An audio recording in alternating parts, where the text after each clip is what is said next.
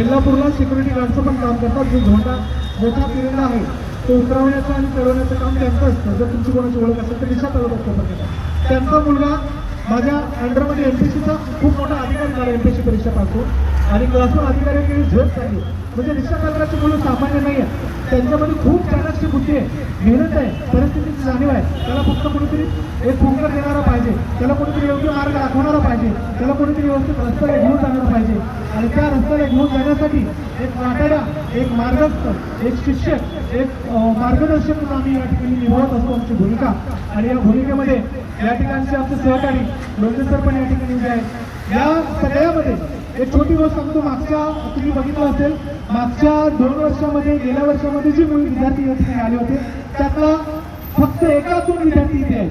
बाकी तेवढी मोठी बॅच घेऊन आलेली सगळे आज ड्युटीवरती. ही कुठेतरी छोटी मोठी गोष्ट नाही, ही क्रांतीची गोष्ट आहे.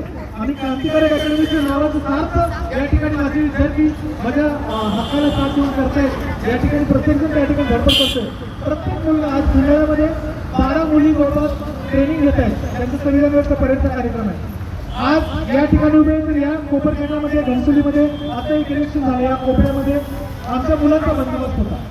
नवी मुंबई, ठाणे पूर्णतः महाराष्ट्रामध्ये विखुरलेले आहेत.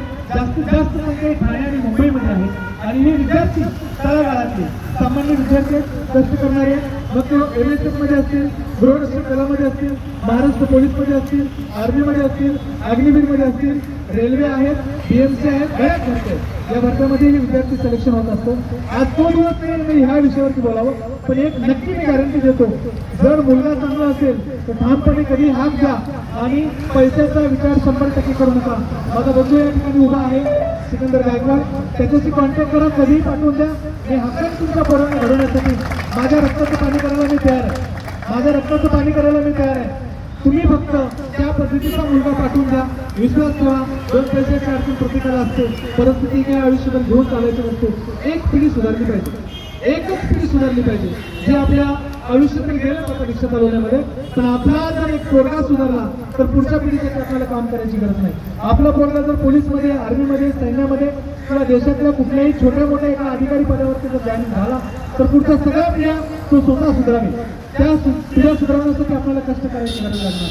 तो त्याची मुलं सुधारेल, तो समाज सुधारेल, समाजातल्या इतर व्यक्तीला एक मार्गदर्शक ठरेल, समाजातील इतर मुलांना तो मार्गदर्शक ठरेल, त्याच्या स्वतःच्या मुलांना तो शिकवेल, त्याच्या नातेवाईकांच्या मुलांना तो शिकवेल.